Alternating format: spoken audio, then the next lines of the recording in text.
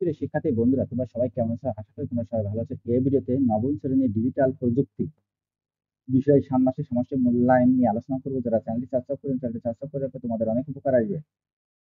পরিকল্পনা সাইবার নিরাপত্তা বিষয়ক সচেতনামূলক তথ্য উপস্থাপন।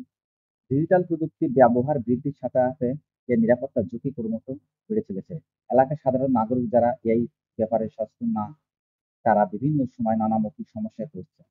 মোবাইল বা অন্য যে কোনো ডিভাইস ব্যবহার তেমন নিরাপত্তামূলক ব্যবস্থা না থাকায় এলাকায় লোকজন প্রায় সমস্যায় পড়ে। ব্যক্তিগত, আর্থিক এমনকি সামাজিক সমস্যায় পড়ছে। এই বিষয়ে স্থানীয় লোকজনের মাঝে সচেতনতা বৃদ্ধির জন্য তোমাদের এগিয়ে আসা জরুরি, যার একটি চেষ্টা এই পরিকল্পনার মাধ্যমে শুরু করতে হবে। সেজন্য তোমাদের বিদ্যালয় বার্ষিক সম্মেলন বা অনুষ্ঠানে সাইবার নিরাপত্তা বিষয়ে স্থানীয় নাগরিকের আমাদের সচেতনতা তৈরি প্রস্তুতির লক্ষ্য 4 জনের দলগত একটি সৃজনশীল উপস্থাপন প্রদান করতে হবে। এই উপস্থাপনায় যে বিষয়গুলো তুলে ধরতে হবে তা অবশ্যই হতে হবে শুধুমাত্র তোমাদের এলাকার নাগরিকের জন্য সাইবার ঝুঁকি সম্পর্কিত নিরাপত্তা বিষয়।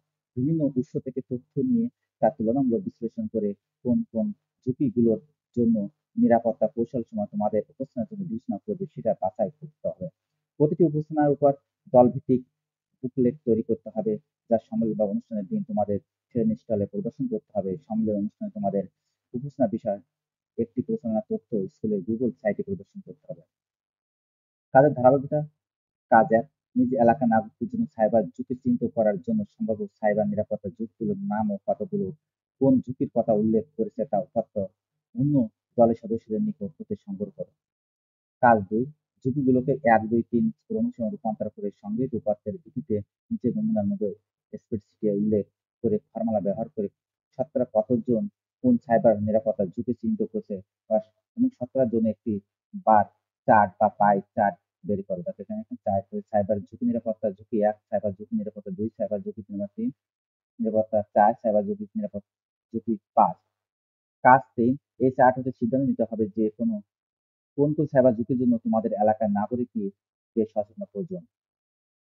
কাজ ৬, প্রতিটি ঝুঁকির জন্য একটি করে স্লাইড বা পোস্টার তৈরি করতে হবে। দলের প্রত্যেকে একটি করে ঝুঁকি বেছে নিতে হবে, যেন ওই ঝুঁকির প্রভাব ও তা হতে নিরাপদ থাকার কৌশলের তথ্য নিয়ে স্লাইড বা পোস্টার তৈরি করতে হবে। কাজ ৭, সকল তথ্য, ছবি, চার্ট, ইনফোগ্রাফি, ভিডিও, শাখা ইত্যাদি নিয়ে একটি ভিডিও ডকুমেন্টারি এডিট করার ক্ষেত্রে নিজের সফটওয়্যার, স্ক্রিনশট, ভিডিও এডিটিং টুলগুলো ব্যবহার ধারাবাহিক চিহ্নিত করে সংখ্যা ক্রমে চিহ্নিত করে দেখতে হবে। সেই ক্রমে ভিডিও এডিট করার ধাপগুলো ফ্লোচার্ট নিজ খাতায় উল্লেখ করতে হবে। দেখুন,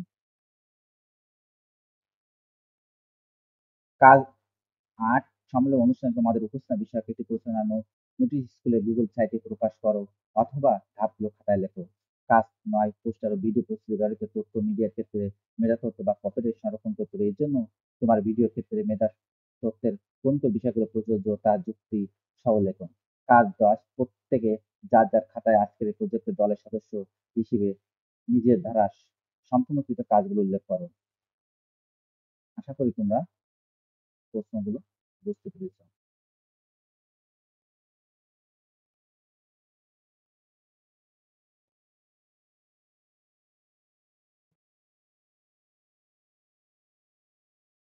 তাহলে আজ এই পর্যন্ত। Thank you everyone.